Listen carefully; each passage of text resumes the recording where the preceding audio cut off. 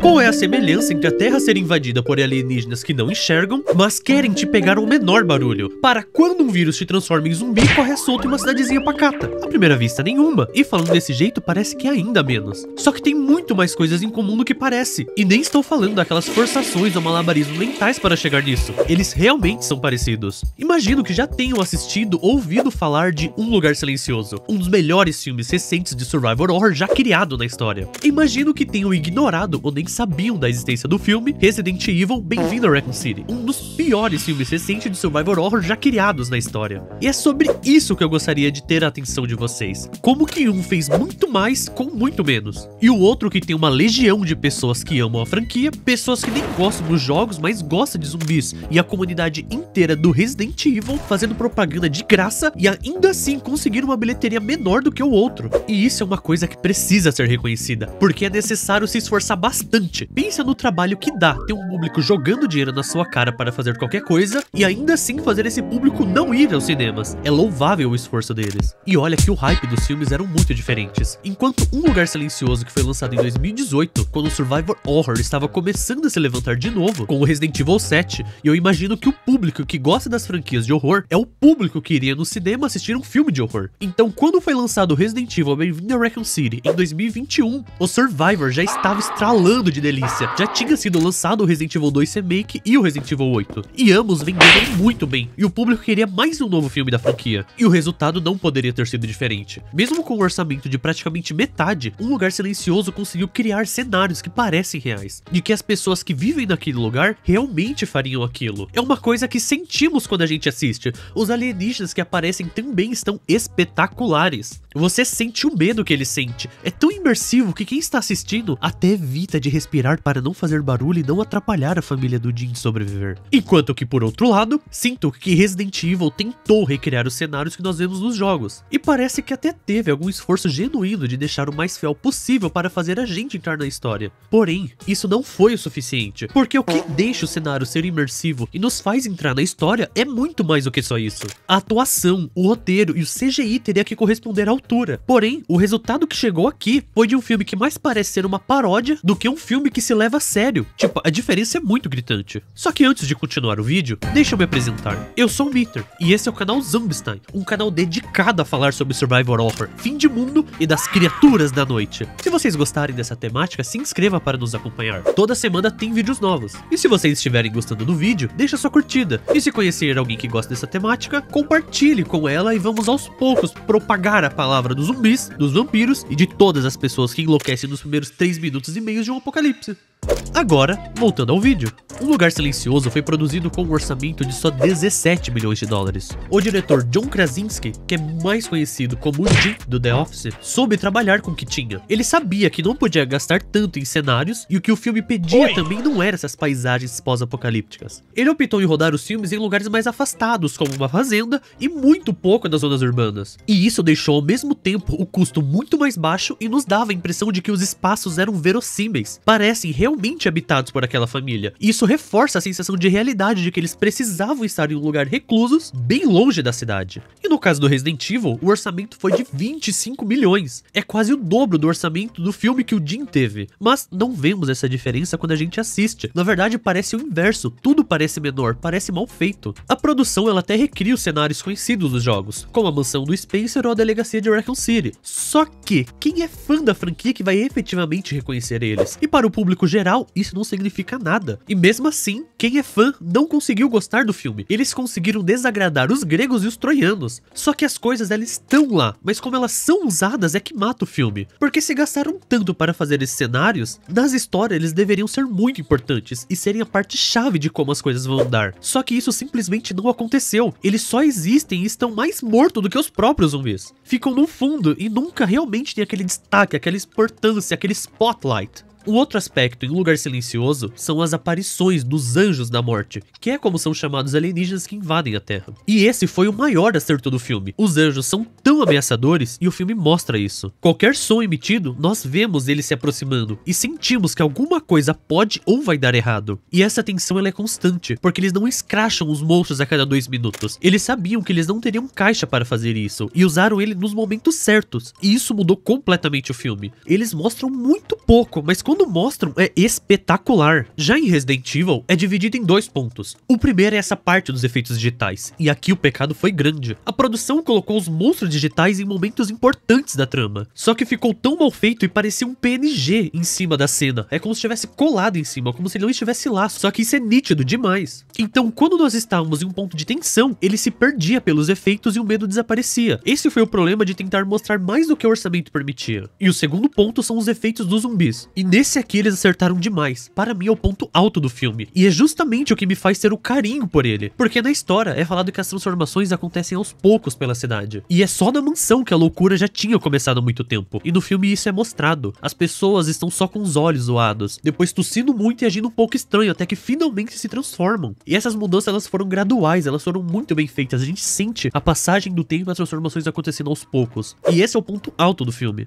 Mesmo de que a ideia que eles queriam passar em ambos os filmes sejam as mesmas, que é de mostrar um mundo destruído, Um Lugar Silencioso conseguiu fazer isso em uma escala muito maior e muito mais difícil de se conseguir. Resident Evil teve uma escala muito menor de que as coisas estão dando errado e não conseguiu passar que Raccoon City estava entrando em colapso, e isso poderia se espalhar para outras cidades e o perigo seria muito maior. E para isso tudo, eu acho que o que mais influencia é que não parece orgânico como as coisas acontecem. Em Um Lugar Silencioso, tudo o que vemos parece ter um propósito. O caminho da areia que eles deixam, os sinais luminosos para saber se tem algum perigo, os objetos adaptados para reduzir o som. Todos esses detalhes constroem uma lógica de sobrevivência coerente. Em Resident Evil, mesmo com os cenários mais fiéis aos jogos, eles não passam a sensação de que as pessoas usam aqueles lugares, de que tem pessoas que trabalham e vivem lá. Tudo parece artificial e isso quebra a nossa imersão, porque não sentimos o perigo vindo ou não nos preocupamos com o que vai acontecer porque nada é real. E, infelizmente, temos essa sensação de que é um filme barato se aproveitando do nome para chamar a atenção do público. Mesmo que os dois tenham partido de propostas muito semelhantes. Inimigos não humanos, orçamento reduzido e cenários que são isolados, que no filme de Raccoon City é o tamanho de Votuporanga, e a fazenda do Jim e sua família fica depois do fim do mundo à direita. A execução foi completamente diferente. Aqui a gente não tem a noção do tamanho que é Raccoon City, do porquê precisou de uma bomba para destruir tudo. Então, é como se fosse uma cidade do interior ali minúscula. E mesmo que em Um Lugar Silencioso, grande parte do filme se passe em uma fazenda, eles souberam construir a tensão. Quando começa a chegar aquele alien lá que ameaça muito a família, como que as coisas se desenvolvem é muito melhor. A gente sente muito mais medo com um alienígena do que uma cidade inteira ruindo e as pessoas aos poucos transformando em zumbi. E olha que zumbi já é um bicho asqueroso e assustador por si, mas ainda assim eles não souberam trabalhar com isso.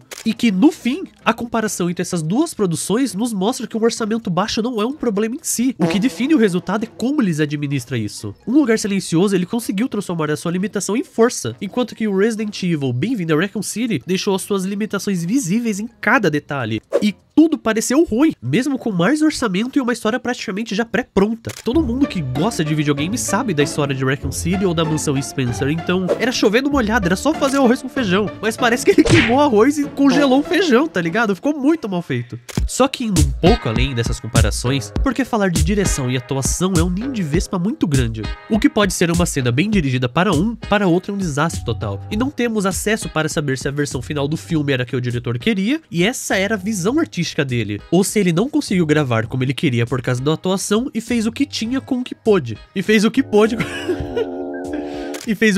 com o que tinha. Então, nos dois filmes, a gente não sabe se desde o começo era para ser assim ou as coisas foram se modificando. Então fica um pouco mais difícil de comparar quando a gente não sabe como que foi a produção. A gente só sabe o que foi, porque vemos que um é muito mais bem atuado do que o outro. Porém, nós não sabemos se foi pelos próprios atores ou se o diretor conseguiu passar melhor o que ele queria e por isso conseguiu extrair o melhor de cada ator. Ou até mesmo se pelo Jim atuar com a sua esposa e ser ao mesmo tempo o diretor e o roteirista, e isso ajudou os dois a perceberem o que a cena pedia e entregar aquele espetáculo.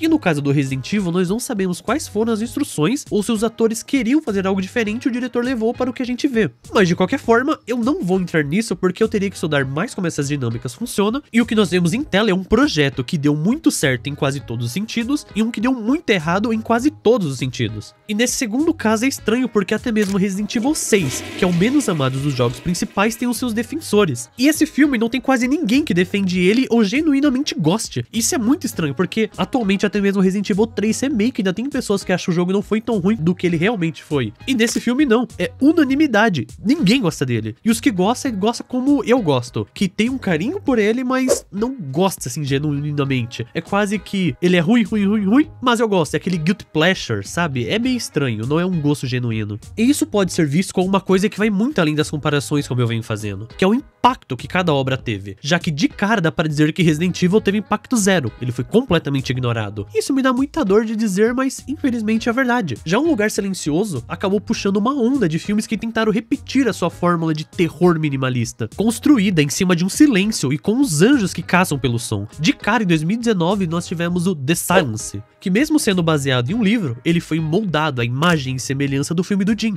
a pontos de muitos chamarem ele de cópia barata. Apesar de eu gostar do filme também, não tem como dizer que eles não tentaram replicar essa fórmula. Ele tem a mesma premissa do outro, só que em vez de uma invasão, são animais que estavam presos no centro da Terra, escaparam e passaram a se alimentar de tudo que emite barulho, como se fosse um super morcego carnívoro que só pensa em se alimentar 24 horas por dia, exatamente como qualquer outro creature feature que existe por aí. Aquela criatura que só busca se alimentar, matar os outros. Não sei, busca alguma coisa que acaba nos ferindo de alguma forma. E anos depois, já em 2023, surgiu o No One Save You, o Ninguém Vai Salvar Você, outro filme de invasão alienígena praticamente sem diálogos, que inevitavelmente foi comparado a Um Lugar Silencioso. A diferença desse é que a invasão ela é restrita a uma casa, e tem um outro tom do filme, não é essa sanguinolência toda, é algo mais como alienígenas tentando abduzir a protagonista do que quererem dominar a Terra. Em 2024 veio Azrael, um terror praticamente sem falas, só que no sentido literal mesmo. Acho que tem uma fala o filme inteiro. Nesse caso, ele é mais pela tensão que gera de como as pessoas se comportam nesse mundo. Porque aqui, trocaram os aliens por criaturas que ficam na Terra depois de um arrebatamento e nenhuma pessoa pode falar efetivamente.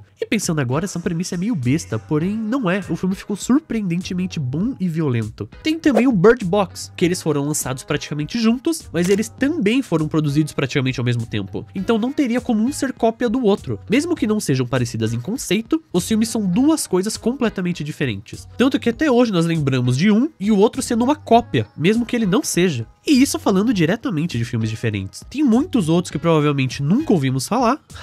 E se fosse para citar todos, seria um vídeo só disso. Quando um filme entra na cultura pop, ele passa a receber referências de outras obras, e assim que vemos alguma coisa parecida, nós já lembramos imediatamente da obra que criou. Um exemplo aqui nada a ver com o tema, mas que veio na minha cabeça. Em Resident Evil Revelations 2, ser inspirado em The Last of Us. Tem muitas coisas semelhantes entre os dois, e Resident Evil pegou elementos do The Last e tentou adaptar ao seu estilo. É um jogo que existe por si, mas no fundo, nós sabemos de onde vem a inspiração, a gente consegue enxergar ela. Desde o design de personagem, a história do roteiro, como é contado, então remete a uma obra original e a gente automaticamente se lembra da obra original e não lembra tanto da obra que faz a referência. É complicado, mas a gente é assim, fazer o quê? Ou seja, estamos falando de um filme que não apenas marcou a gente, mas também gerou variações. É um tipo de influência que muda o rumo do gênero, porque isso prova pra todos que há um público interessado nesse tipo de proposta. Ele quase entra nesse pós-terror que foi criado recentemente, onde não é o susto ou a criatura em si que nos dá medo, é a junção da situação, do perigo e de um monstro que estão lutando que causa o medo. É se colocar naquela situação e conseguir se sentir nela, como conseguimos fazer ao imaginar viver sem poder fazer nenhum tipo de barulho. Eu não sei pra vocês, mas pra mim seria um desastre completo. Nos meus pensamentos sobre isso tudo dos filmes, o que ficou é que não importa o orçamento, e sim como passam a fragilidade humana diante de algo incontrolável. Nesses filmes, um foi zumbi e o outro alienígena, mas poderia ser qualquer outra coisa. Uma guerra nuclear, uma crise de petróleo ou só o planeta morrer por dentro e nada mais nascer da Terra.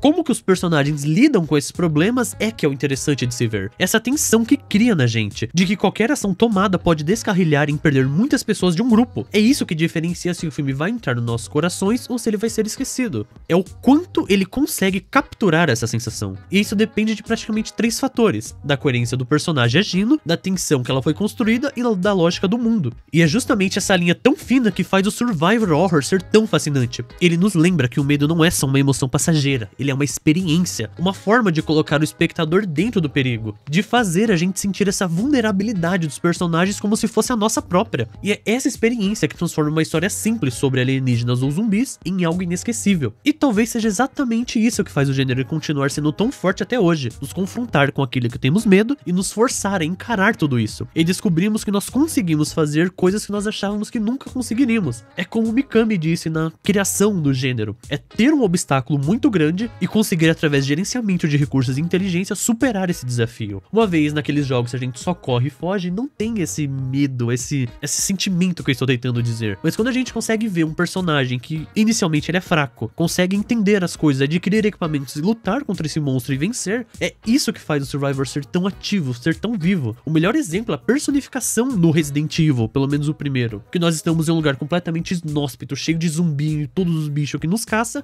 e aos poucos vamos aprendendo como derrotar eles e a vencer eles e aprender. É nesse, em um momento nós somos completamente impotentes e no segundo a gente já consegue derrotar eles, até vir uns novos inimigos mais fortes e mais poderosos, e a gente de novo fica nessa sensação de que a gente faz agora, e aos poucos vai aprendendo e lidando, essa superação, que em um filme fez espetacularmente bem, e no outro infelizmente é só um filme que existe, ele está aí, podemos assistir, mas não mexe com a gente, não pelo menos do jeito certo, que é, caramba, o que foi que eu assisti? E isso é sensacional. Mas de qualquer forma, senhoras e senhores, essa foi a minha visão sobre esses filmes, e até mesmo sobre o horror como um todo, esse gênero que eu adoro consumir, pesquisar e falar, e eu espero que também vocês gostem de consumir, pesquisar e falar.